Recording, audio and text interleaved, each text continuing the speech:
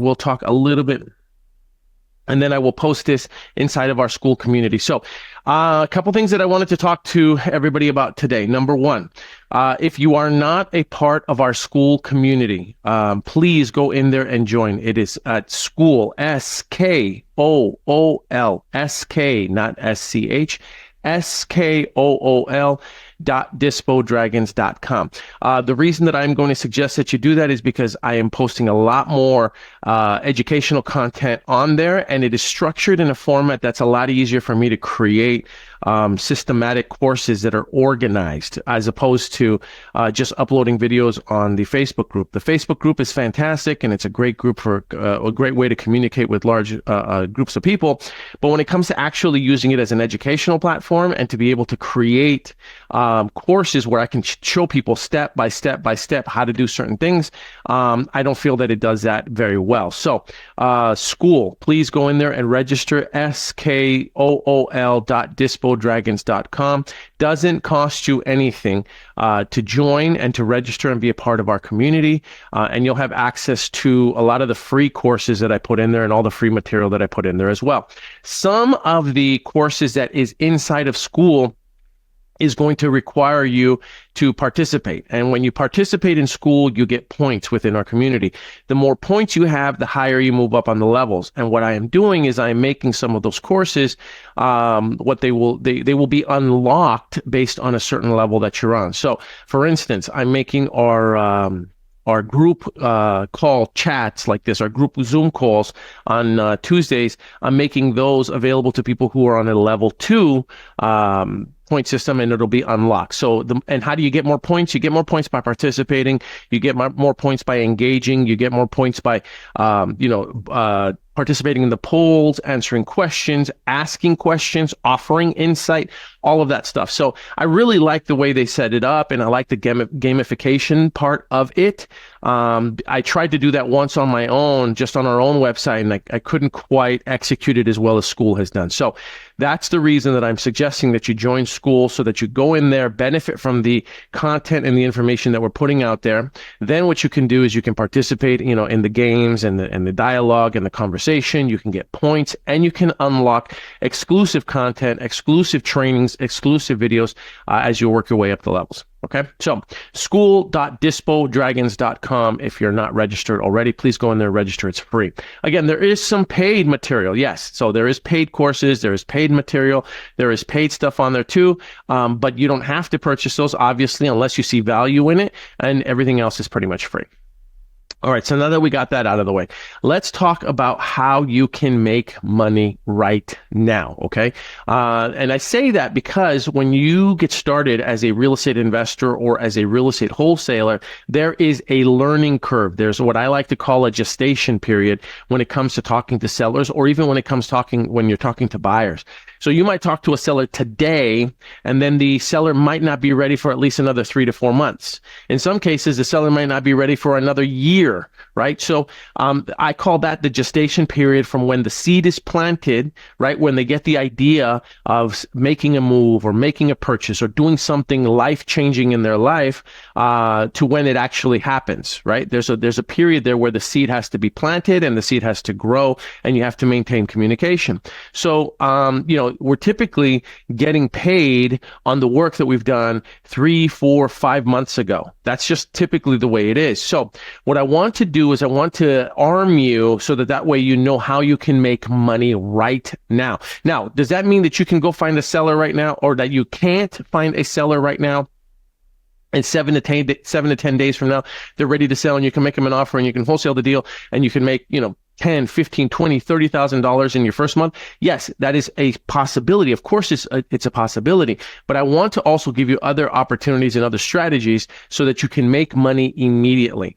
And one of the first ways to be able to make money immediately is by structuring joint venture deals with other people. Now, what are joint ventures?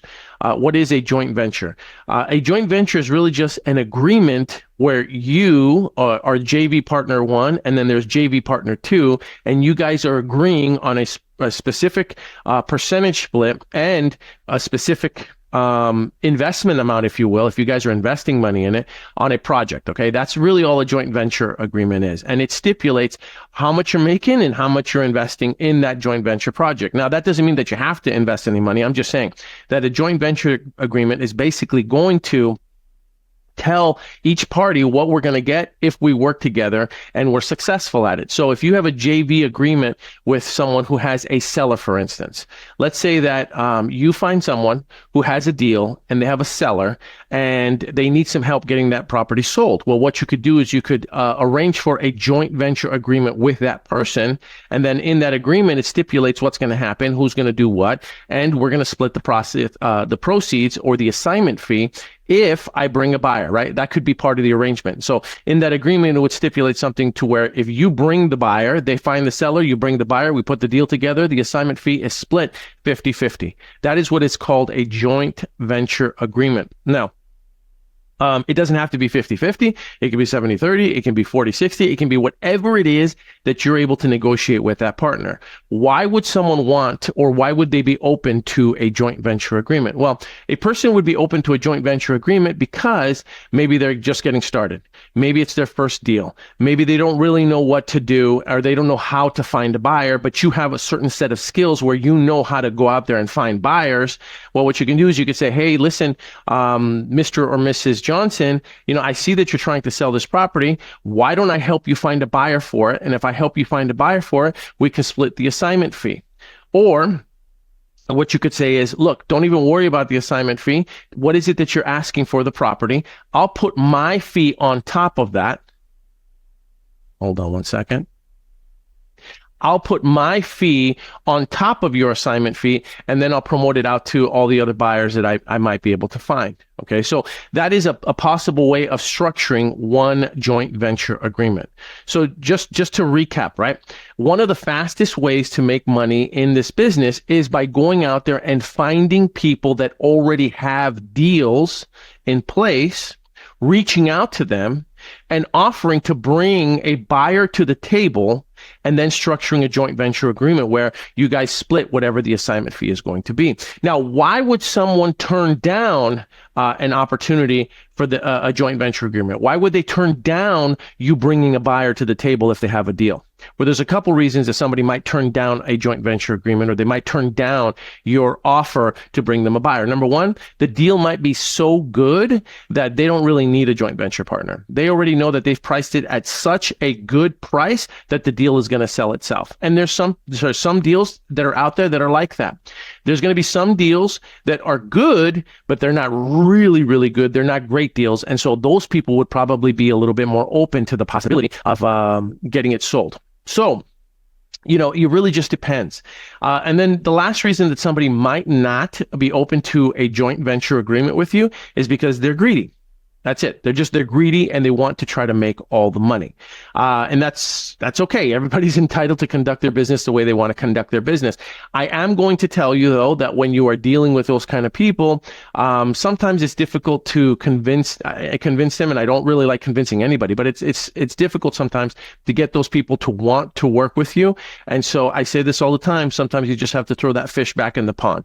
If you're dealing with someone that it says to you, like, I don't do joint venture agreements, I don't need any help, then fine. That's just not somebody that you're going to work with. What you're looking for is for somebody that says, yeah, you know what? If you bring me a buyer, we can come up with some type of an arrangement as to how we're going to split the assignment fee. Now, I know that there's some people that go out there and they'll have conversations with people, and 50-50 in our business sounds reasonable. It's a reasonable ask to talk to someone and to say, hey, if I bring you a buyer, could we split the assignment fee 50-50? That's a totally reasonable ask, but not everybody's reasonable. Right? And so here's what I've discovered. When you start talking to people and you start negotiating all of the fees, and you start negotiating, what percentage you're going to get versus what percentage I'm going to get, and you start doing that really aggressively up front, it kind of sours the relationship. And you're doing all this negotiating, and you're doing all this, compromising of the assignment fee or whatever the profit is going to be, and we don't even have a buyer yet. Right? You have much, much more leverage when you have a buyer in hand and the buyer is ready to make an offer on the property, right? And it's your buyer, you found the buyer, and then you go talk to the person that holds the contract, right? We'll call that person JV1, and you go talk to JV1 and you say, hey, listen, I have a buyer that's ready to make an offer on this. How are we going to take care of the assignment fee?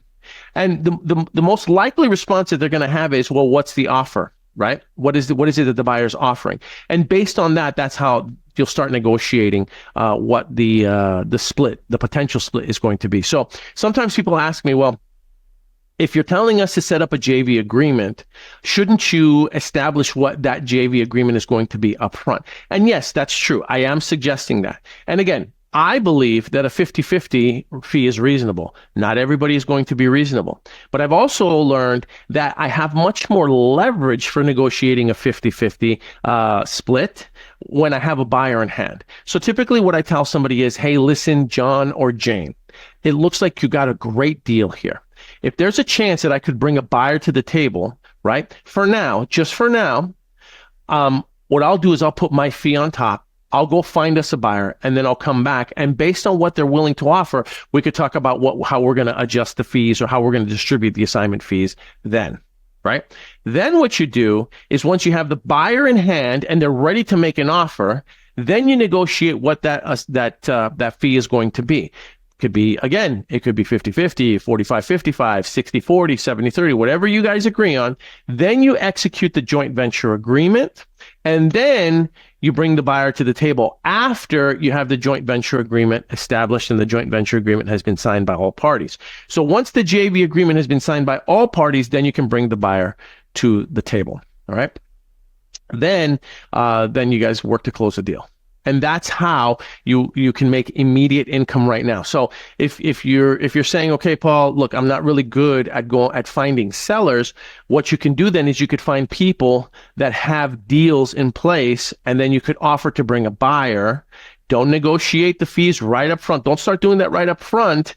Just tell them, look, I'll put my fee on top, and then I'll go find a buyer. Then when you've got the buyer, then you can negotiate your fee. Then you execute a JV agreement, and then you put the deal together and you make it work. Now, typically what will happen is once you have a joint venture agreement with somebody else, that joint venture agreement is then submitted to the title company, the closing attorney, and then what they'll do is they will either disperse it internally on the HUD. Okay, they will be able to do it that way, or they're going to tell you, no, that's a private agreement between you two parties. We're only going to pay the original contract holder, which would be considered the assignee. We're only going to pay them, and then it's up to that JV partner to be able to pay you. So what has happened to me in the past is that we've had a few escrows. There were on-market deals where I had a JV partner. We tried to submit the joint venture agreement to the escrow company, and the escrow company flat out rejected it. They said, nope, we're not going to pay you. We're only going to pay the original contract holder. And so what ended up happening is once we closed escrow, the original contract holder, my JV partner, went, collected their check, deposited the check, and then the next day Zelled me. Right? They Zelled me the money. Now, that was very, very clean transaction. Have I heard of stories where things go wrong and people don't get their money? Yes, that is a part of it too. So my recommendation is to always try to have the escrow or the closing company or the title company or the closing attorney pay you direct through the HUD, through the closing. Okay. And it should show up, within the HUD so that everybody can see who's getting what and everybody's getting what. I just closed the one in Cleveland where I was the original contract holder and I had not Cleveland, Cincinnati. I was the original contract holder. My JV partner was the one that brought the deal. I submitted the offer, and then I submitted that JV agreement to the closing title company, and they paid him through the HUD, and I didn't have to worry about it. And it's easier for us as well to do it that way because it's much cleaner, even for tax purposes. Because what you don't want to do is you don't want to get paid and then you have to go, who decides which title company to use? That's a great question, Aneta.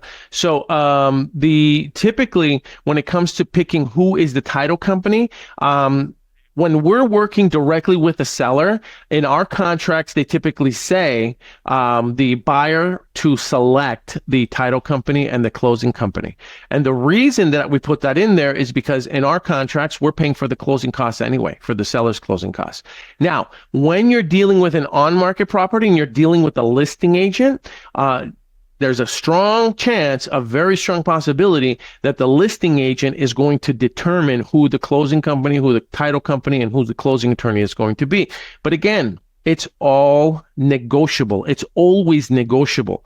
So you want to take that into account when you're talking to agents and when you're talking to sellers. So if an agent says, well, I want to use this title company, depending on your offer, if you've got a sweet enough deal and you're able to tell the agent, hey, look, I'm paying for the closing costs for the seller and for the buyer. I'm paying for both the closing costs. Why can't I pick the closing company? Some agents will say, okay, no problem, you can pick it. And some agents will say, no. My attitude is, if I'm paying the closing costs, then I'm going to get to pick who I'm going to use.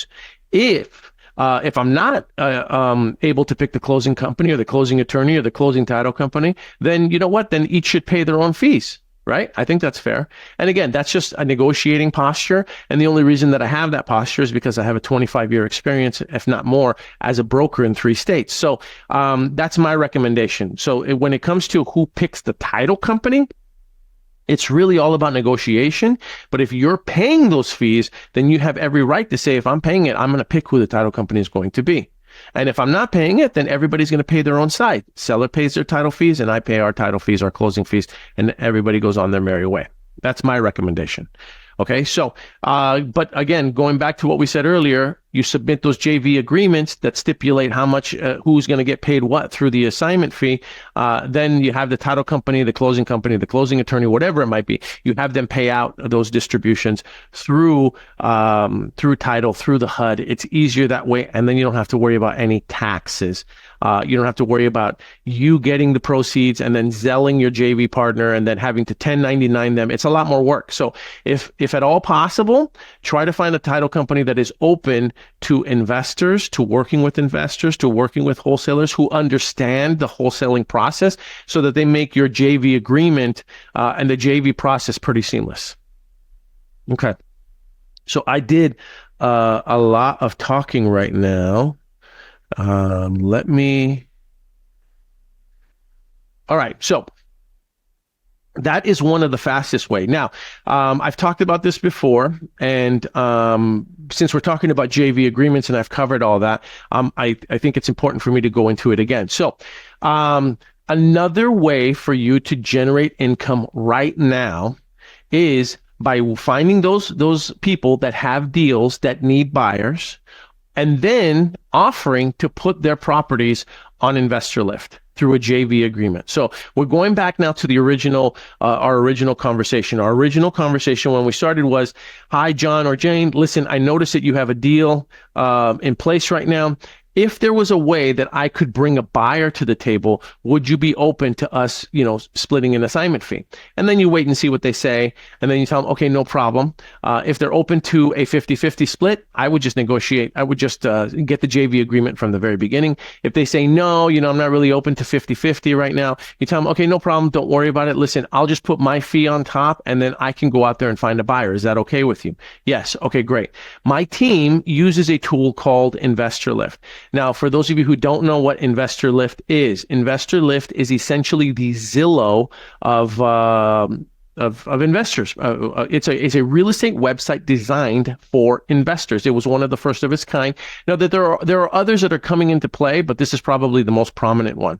And really what it is investors can go in there and they can find properties that are, fix and flips, that are subject tos, they're creative finance, seller financing. Now, that doesn't mean that you can't find those properties on the MLS. You can. It's a lot more work. And wholesalers are putting their properties on Investor Lift just as much as they're putting properties on the MLS using Novation. So Investor Lift is, in my opinion, the Zillow for real estate investors. Okay, so what you can do is you can then tell that JV partner, hey, listen, here's what I'd like to do.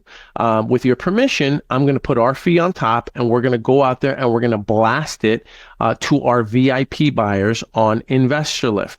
Now, if you don't know, InvestorLift does cost money, and we're talking several thousands of dollars to be able to use the platform. It's as little as $8,000 a year and as high as $52,000 or almost $60,000 a year, depending on the level that you decide to purchase or that you decide to use. But it gets a ton of traffic from investors, a lot of traffic from investors. And every month we are selling properties through InvestorLift to investors. So what you can then do is you bring that deal, you get a JV agreement, and then you bring it to us, and then we put it on InvestorLift for you. And whatever profit is made, then we would we determine how much we're gonna split on our side. Okay. So yes, what is it going to be? It's going to be a split of a split. At the end of the day, who cares? Look, you didn't pay any money to join InvestorLift. You didn't pay the thousands of dollars it costs to join it. You didn't pay any money to find that deal, right? Other than your time and effort to make that connection. You made that connection. You brought the deal. We put it on a website. We blasted it out, and now you made some money, right? So this is just another way for you to make money now, as opposed to the traditional way, which is doing all the traditional stuff that we do on a regular basis, which is getting on the phones, sending out email blasts, sending out text message blasts, cold calling, PPL, which stands for pay-per-lead, pay-per-clicks, ads, advertising. See, these are all the things that we do on a normal basis. And while we're doing that on a normal basis, again, there's a little bit of a ramp up, right? Because it's going to take time. I talked about it earlier, that gestation period from when the seed is planted to where they actually make a move. So it could be potentially 3 to 4 months of waiting while you're building your pipeline. Whereas right now, what I've just shown you is 2 different ways where you could make immediate income just by being the connector and setting up joint venture agreements with other people, and then working with us at Dispo Dragons, and then bringing those deals to us and saying, hey, let's get these deals on InvestorLift so that we could blast it out to other buyers and maybe we can make some money. Is it going to be less money? Yes. But again, 100% of zero is still zero. That's just the reality of it. And if we all work together cohesively, everybody makes a little bit of money. And, as we all know, we're entering the 3rd and the 4th quarter, and the holiday season starts to kick in. It's always nice to have, extra money. And by doing this is just one way to be able to get some extra money on your plate. All right. It is 9:28. I'm checking the Facebook comments.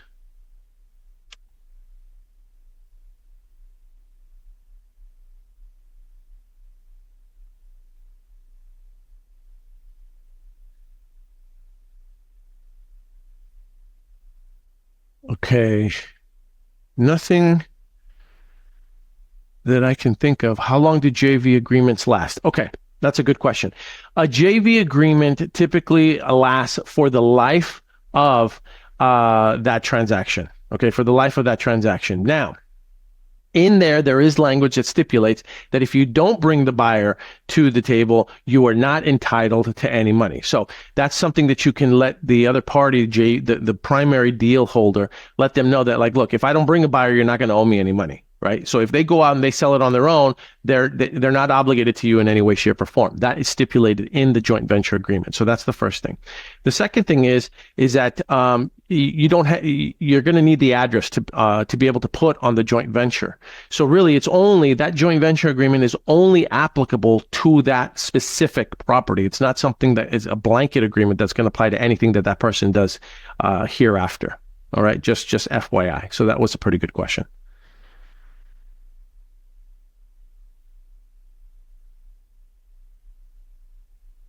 All right, I'm looking again.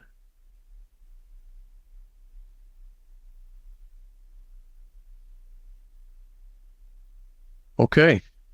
Well, hopefully this helped everybody out. It is now 9:30. I started just a little bit behind schedule. I'm sorry about that. I try to start right at 9.